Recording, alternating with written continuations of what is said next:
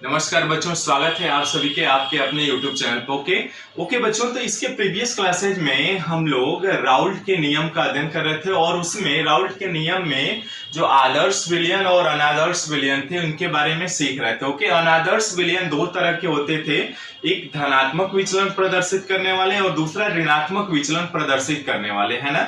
इसके previous classes में just इसके पहले वाले लेक्चर्स में हमने धनात्मक विचलन प्रदर्शित करने वाले विलयनों के बारे में सीखा था कि वे कैसे बिहेव करते हैं। ठीक है, आज हम सीखेंगे ऋणात्मक विचलन प्रदर्शित करने वाले अनादर्श विलयन जो राउल्ट के नियम पे आधारित है। ओके, अब ऐसा नहीं है कि पूरी दुनिया में सारे विलयन राउल्ट के नियम का पालन करते हैं, लेकिन कुछ विलयन ऐसे भी हैं जो राउल्ट के नियम का पालन नहीं करते हैं। जैसा कि हमने देखा था क्या कि जैसे एक लड़का और एक लड़की में जब प्यार होता है ना तो अट्रैक्शन बढ़ता है ना। अब उनके बीच यदि कोई विलेन एंट्री मारता है तो उनके प्यार मोहब्बत को क्या करता है, दूर दूर कर देता है। वैसे ही यहाँ पर हम ऋणात्मक विचलन प्रदर्शित करने वाले एग्जाम्पल्स देखेंगे जो कि अनादर्श विलयन होते हैं। ठीक है, अब देखिए क्या होता है, एक जनरल एग्जाम्पल समझिए। यदि आप अकेले हैं, सिंगल हैं, तो आप क्या होगा, एकदम फ्री माइंडेड है, कहीं भी जा सकते हैं, कहीं भी उड़ सकते हैं, है ना। लेकिन जैसे ही एक लड़का है और एक लड़की, ये दोनों यदि आते हैं तो क्या हो जाता है, बंध जाते हैं दोनों, है ना। अब लड़का जितना पहले उड़ता था उतना अब नहीं उड़ेगा क्या, कमेंट्स में जरूर बताइएगा, है ना। ये कॉमन सा एग्जाम्पल है। ठीक वैसे ही यहां पर हम कुछ ऐसा एग्जाम्पल लें जो कि सेम उनमें आकर्षण बल, यानी पहले क्या था, वो लड़का फ्री था एकदम, लेकिन जैसे ही लड़का और लड़की पास आए तो क्या होगा, इनके बीच जो था वो लड़का फ्री जो रहता था वो फ्री नहीं रहेगा, अब बंधेगा, है ना। वैसे ही एक एग्जाम्पल है आप एसीटोन और क्लोरोफॉर्म का। आइए देखते हैं, एसीटोन भी विलेन की एंट्री कर रहा था एथेनॉल के अणुओं के बीच। वैसे ही यहां पर एसीटोन और आपका क्लोरोफॉर्म मिल करके एक दूसरे से आकर्षण से जुड़ जाएंगे। जैसे देखिए, मान लीजिए ये एसीटोन है हमारे पास, है ना। एसीटोन क्या होता है, C डबल बॉन्ड O और C से CH3 और ये CH3, है ना। ये एसीटोन हो गया बच्चों, है ना, एसीटोन हो गया। अब वैसे ही क्या होता है, यहां पर क्लोरोफॉर्म जो होता है, क्लोरोफॉर्म क्या होता है, CHCl3 होता है, जैसे कि ये एग्जाम्पल हमने देखा, है ना। तो यहां पर हम क्या करते हैं, CH3 दिखाते हैं आपको, ठीक है। यानी C से क्या होगा, Cl तो जुड़े ही रहते हैं, है ना। और आपका C से क्या जुड़ा रहता है, एक हाइड्रोजन भी जुड़ा रहता है ना। ये क्लोरोफॉर्म है बच्चों, इसको क्या बोलते हैं हम, क्लोरोफॉर्म, ठीक है। और ये आपका एसीटोन है, वही एसीटोन जो विलेन का काम कर रहा था, आज यहाँ हीरो हीरोइन को मिला रहा है। देखिए कैसे, यहां पर ये एसीटोन हो गया। अब देखिए इस एसीटोन और यहां पे जो क्लोरोफॉर्म है, ये एक सिंपल एक लड़का और लड़की की तरह, जैसे लड़का अकेले था तो फ्री था, यानी एसीटोन अकेले था तो फ्री था। अब यहां पर जैसे ही इन दोनों को मिला दिए, इनके बीच बिल्कुल आकर्षण नहीं है, लेकिन इनको जैसे ही मिला दिया आपने, क्या होगा, देखिए ध्यान से जरा। अब ये हाइड्रोजन और ऑक्सीजन के बीच क्या होगा, ये हाइड्रोजन बंध बन जाएगा, H बॉन्ड बन जाएगा, जिससे कि इनको आकर्षण से और जोड़ेगा बच्चों, है ना। वैसे ही एग्जाम्पल, जैसे कि हमने अनादर्श विलयन में धनात्मक विचलन को देखा था, है ना। यानी मान लीजिए यहाँ पे कोई ये ए है ना, ए के अणुओं के बीच है और यहाँ पर ये बी के अणुओं के बीच आकर्षण है, ठीक है। अब इनका एक ऐसा विलयन बना AB, है ना। देखिएगा ध्यान से, यहां पर ए के बीच आकर्षण क्या है, कम है, यानी इनके बीच अन्योन्य क्रियाएं कम हो रही हैं, और यहां पर बी के बीच भी अन्योन्य क्रियाएं कम हो रही है ना।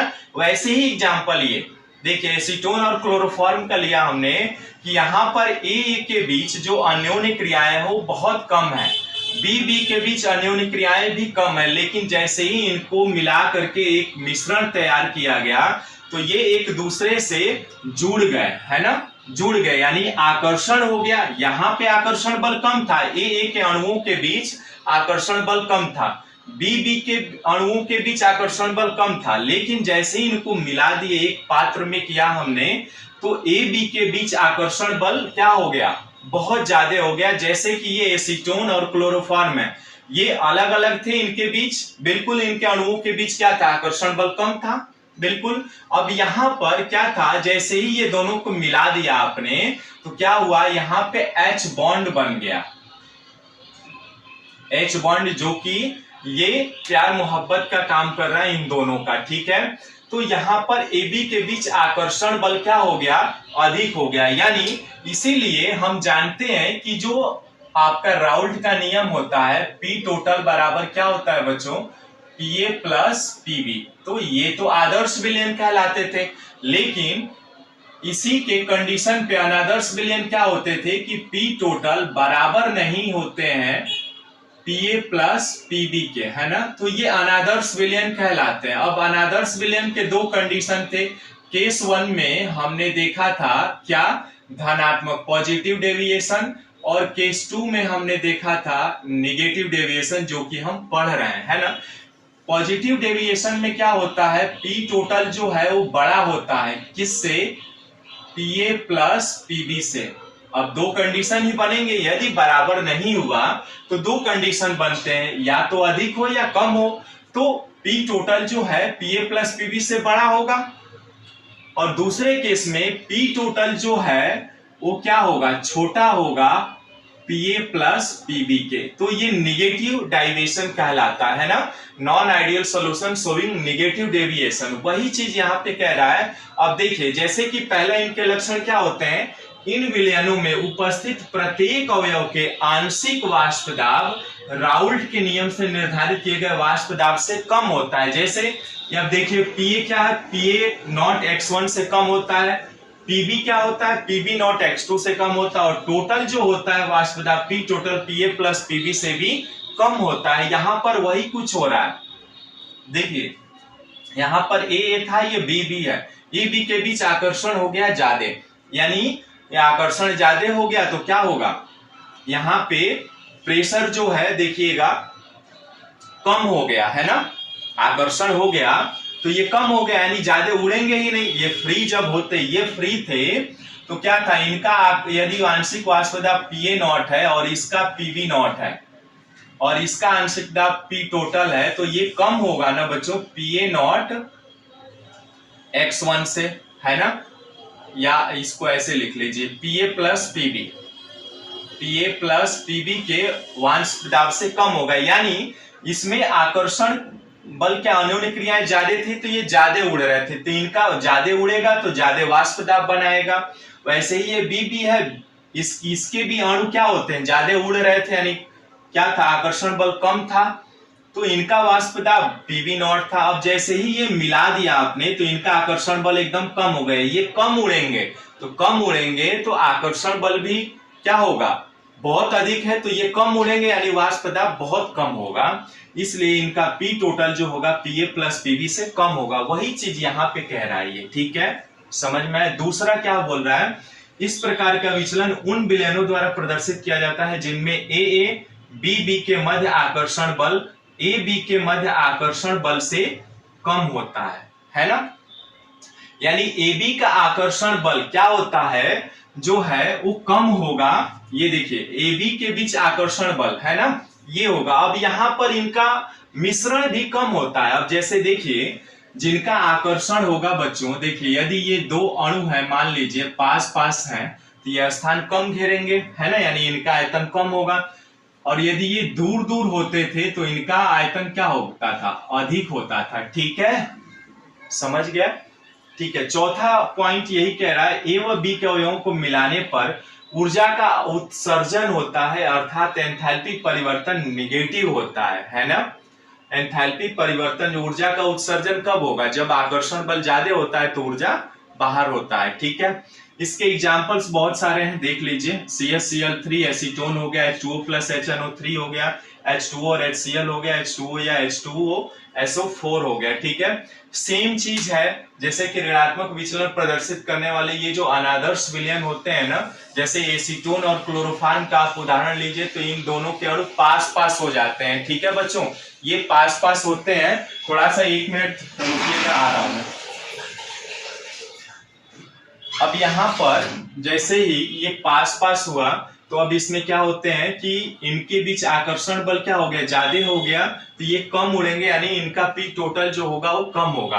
अब एक चीज यहाँ पे और बचती है बच्चों, ग्राफ कैसे खींचते हैं ना, ऋणात्मक विचलन प्रदर्शित करने वाले अनादर्श विलयनों के ग्राफ कैसे होते हैं, आइए सीख लेते हैं। अब इसके पहले हमने जो आदर्श विलयन में ग्राफ खींचा था ना, सेम चीज है, और धनात्मक विचलन प्रदर्शित करने वाले अनादर्श विलयन में भी खींचा था हमने। वैसे ही यहाँ पर हम देखते हैं कि जब ग्राफ खींचेंगे बच्चों, यहाँ पर देखिए ग्राफ जैसे ही खींचेंगे, तो यहाँ पर हम मान लेते हैं x1 बराबर क्या 1, x2 बराबर 0, है ना। यहाँ पर क्या मान लेते हैं, इधर वाष्प दाब मान ले रहे हैं हम ऊपर की ओर y एक्सिस पर, और यहाँ संगठन मान ले रहे हैं।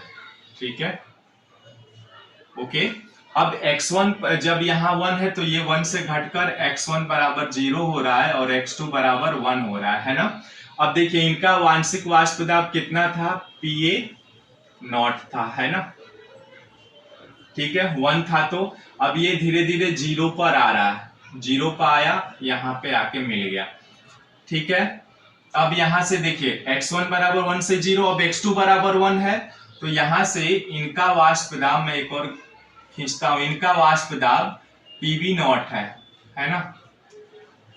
ठीक है बच्चों, अब PB0 है, तो ये क्या हो रहा है, ये भी 1 से इनका वाष्प दाब घट रहा है, 0 पे आके मिल रहा है। ठीक है, अब यहाँ पे ये P टोटल हो जाएगा बच्चों, P टोटल जो है ना। अब यहाँ पर हम मान सकते हैं, ये PA मान ले रहे हैं, ठीक है, PA PB है इनके आंशिक वाष्प दाब।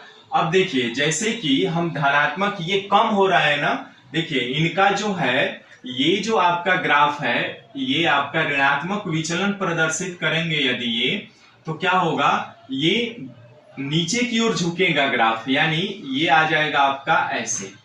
ठीक है, ओके, यानी ये जो होगा वो क्या होगा आपका P टोटल जो है ना, ये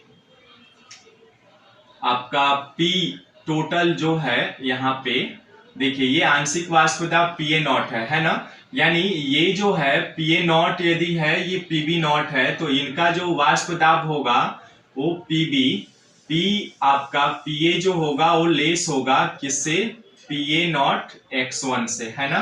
वैसे ही यहाँ पे इसका ग्राफ कम हो रहा है ना, ये भी घट रहा है, तो ये ऋणात्मक विचलन कब प्रदर्शित करेगा, यानी नीचे की ओर आ जाएगा, यानी PB क्या होगा, P टोटल जो है PA, यहाँ पर PB जो लेस देन हो जाएगा PB0 x2 के। और यहाँ पे टोटल जो ग्राफ होगा बच्चों, ये वाला ग्राफ होगा, ये भी नीचे की ओर जा रहा है, तो यहाँ से P total is less than PA plus PB, है ना। यानी लिख सकते हैं आप यहां से P टोटल जो है वो कम है ना, यहाँ पर P टोटल कम हो जाएगा PA0 x1 और P0 x2 से। ठीक है, तो इस तरह से ऋणात्मक विचलन प्रदर्शित करते हैं बच्चों। ओके, थैंक यू, मिलते हैं फिर नेक्स्ट वीडियो में एक नए कॉन्सेप्ट के साथ। नमस्कार।